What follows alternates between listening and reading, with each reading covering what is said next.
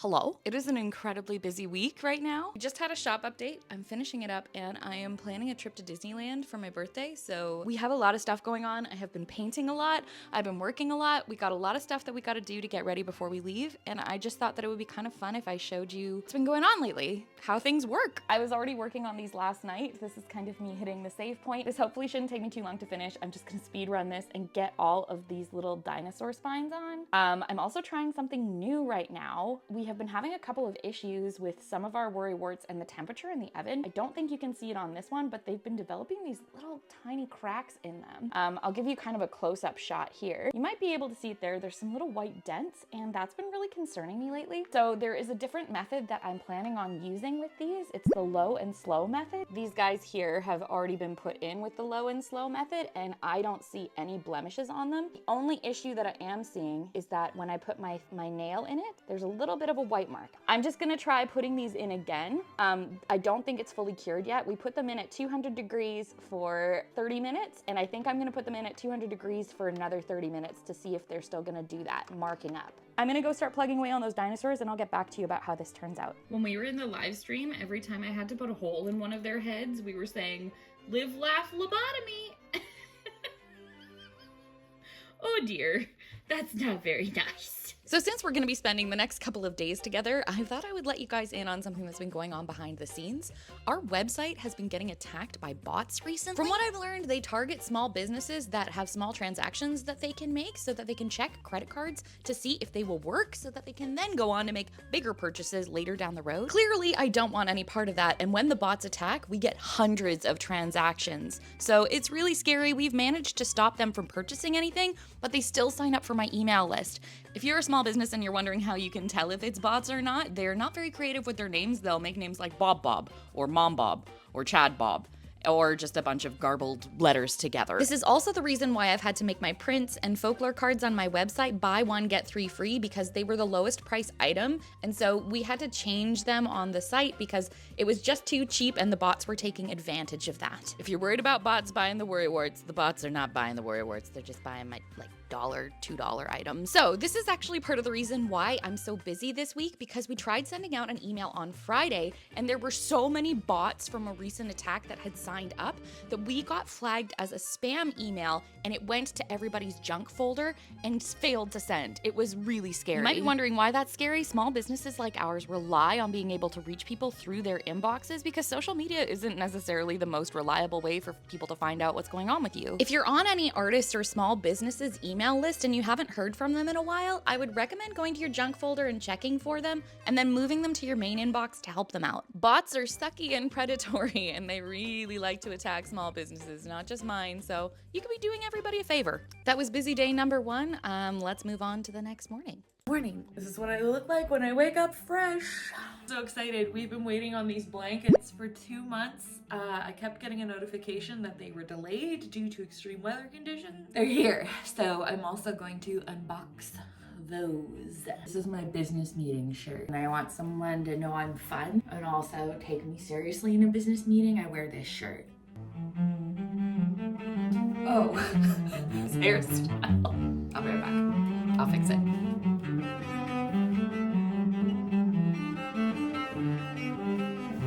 Look at all these blankets. Oh, I'm so excited to open these. The meeting went really well. We figured out how to hopefully help and stop this from happening again in the future. And I'm gonna be trying to send out an email today, so look for that in your inboxes. It's got the new blanket in it. After I was all done our business meeting, it was time for me to get back to sculpting, and I needed to assemble those dinosaurs that we had tested with the low and slow method. It worked really well. They weren't getting those white marks anymore.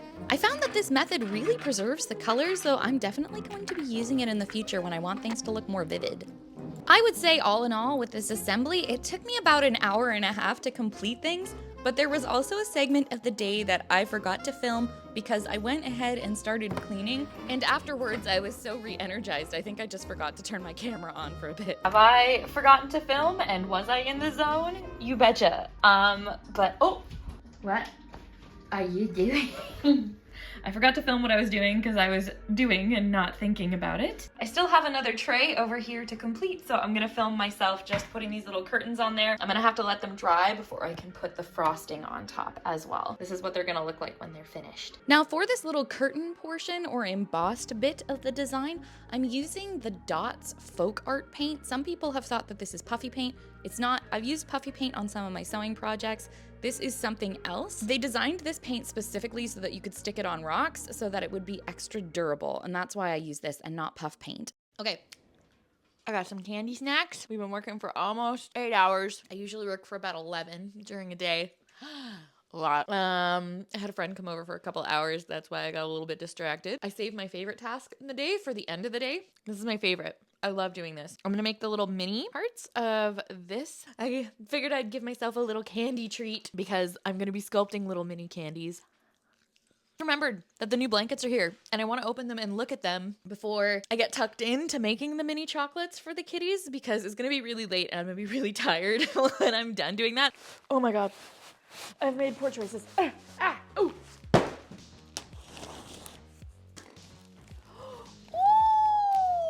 Oh, this is so exciting! I've summoned him, the crinkling. Do you feel? You smell? Look, it's soft. It's even softer than our previous ones. Oh my gosh, it's like velvety. It's awesome! It's so friggin' good. Wait. Don't look at my snow pants. Oh, look at that. I time traveled again upstairs. So I actually have a little bit of a spooky guest bedroom. I have a friend who's staying in there one day a week. That's why I'm tidying this up a little bit before I do our photo shoot. Seeing this on the bed really shows off all of the details. I was definitely going for sort of that like early 2000s red, black, and white vibe that was so popular back in the day. And because my friend is coming to stay again, I'm setting up the bed with the Gloomble and a bunch of other little fluffy friends so that when she comes home from work, she'll have a nice cozy surprise. Y'all have been incredibly supportive of all of the blankets that we have released, and I'm so excited with this new sort of patchwork theme that I've come up with. I'm going to be doing a bunch of different ones in this series, so look out for that as well in the future. Time traveling back to the previous night, I got to work after I had set up all of the blanket stuff and made all of the little mini chocolates for our chocolate kitties, and I passed out. I didn't say goodnight, I did not collect go, and in the morning, I got straight to work on assembling all of our macarons because they had finally dried. As far as assembly on the macarons go, I had to do it in stages, so first I will stick them together and then I have to leave that for a couple of hours so they're not shifting all over the place when I end up doing the edging work. I have a saying that the first one is always the flop because every time I try to do piping or detail work, it's always a mess until I do it at least once. I would say that it took me a good majority of the day to finish these up, but I also decided after I had finished frosting everything that I wanted to finish up our chocolate cuttlefish. One of the most common questions that I get is how long does one of these little sculptures take for me to make? And I actually don't know. I hope that this illustrates why, because I work on so many of them in different stages throughout the day that I can't really time or quantify. So I've been working on a lot of paintings recently. You might have noticed that more and more of them are popping up in the background of my videos, and I thought that it would be kind of fun in this 72 hours of sculpting and studio work if I shared the 24 hours of painting that I've been doing in 2 minutes. I hope that you enjoy. Also, for the record, all this painting is going on over the course of several months. I did not do all of this in a week. That would be bonkers.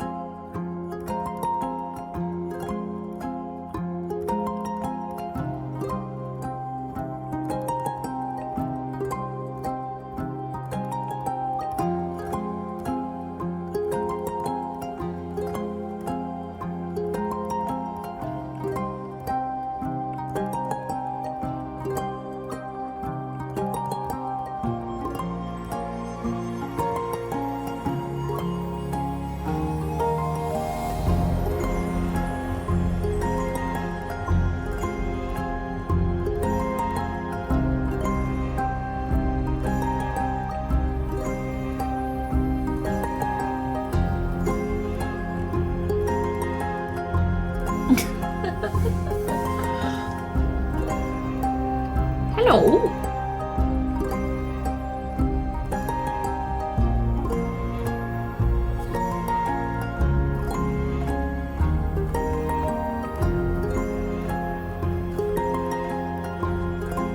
These are looking so fun. Everything's looking so fun. I really like being all over the place with painting. There's so much possibility. I think that's where I'm leaving this for now too. There's no way that I'm going to get all of this painting finished in a week. I'm sure that you guys can watch the evolution of these paintings happening behind me over the coming months. Because I don't intend to rush the process. I would really like to relish it. Anytime I'm having a hard time and feelings get stuck in here, I find that painting is one of the only ways that I can really let it out. So I'm excited to see what comes out and onto the canvas.